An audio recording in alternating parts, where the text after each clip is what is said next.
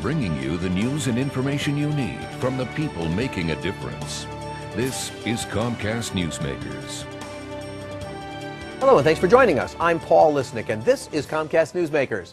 This hour's newsmaker is Beth Coulson, state representative for the 17th District. Today we're going to be talking about health care insurance changes for kids. Representative, nice to see you. Nice to see you.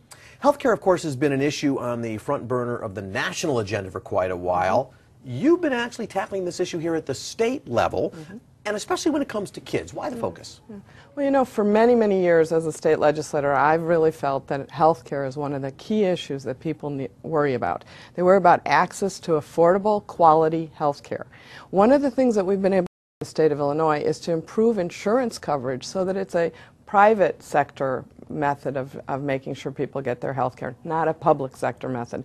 And so this year we did a lot of changes in insurance for children. It was kind of our children's year.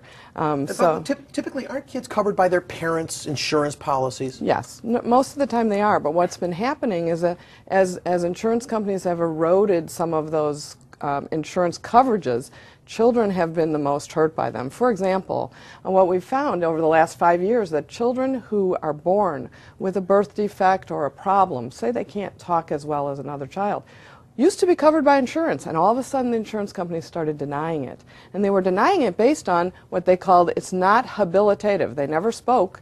It's not rehab because they never spoke. So we ended up doing a bill that allowed for insurance companies, required insurance companies, I should say, to cover speech therapy for that child speaking at the appropriate time. And am I right? I think you also work to cover kids who are autistic as well. And that's part of the other bill. We also did a bill that makes sure that if a child has autism and is diagnosed with autism, that then insurance will follow that child. So many kids were getting their insurance denied because they even though their parents had paid for many, many years, they were having denials of their care for autism. And we made sure that didn't happen again. With all the battle on the national front, it seemed to be a little bit easier to have it happen on the state front. Well, why is that the case? And by the way, do the state efforts supplant federal efforts at all? Well, not exactly supplant them. I think actually the states are the best incubator for good ideas to try to change the system incrementally. So we can spot where the most uninsured are, we can spot who needs the coverage, we can get that access to quality, affordable health care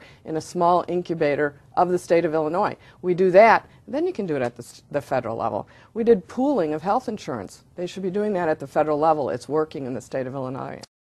Well, you've opened a door for me there because since we're talking about what should go on at the federal level, you are a candidate for the congressional seat in the 10th District, Mark Kirk running for the Senate, and so you're looking to replace him. So let's talk about health care on the national level.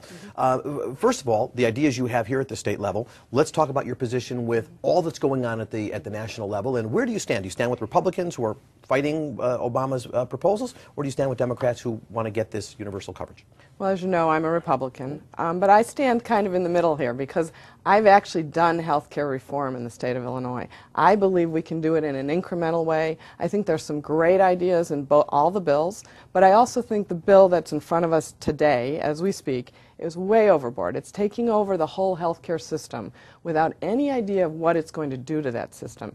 And that's a pretty scary thought. We have 1/6 of the economy is health care in the United States. We're going to all of a sudden take over 1/6 of the economy without any knowledge of how it's going to affect how health care is provided and access to quality, affordable health care. That keeps coming down. Those are my words. I think we can do it incrementally. For better or for worse, the single-payer plan seems to be the breaking point for everybody. You're either for it or you're against it. Where do you stand on the single-payer? I'm not in favor of a single-payer plan. We have 85% of people in the United States have great health care coverage. We need to do something about the people who are worried about losing their insurance.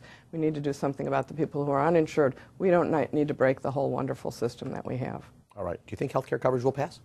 I think it's going to be an interesting fight over the next 3 months, probably into the spring, and then we'll know something. Okay. Thank you. Good luck in the election time, and I'm sure we'll be talking to you again. Thanks for being with me. Thanks.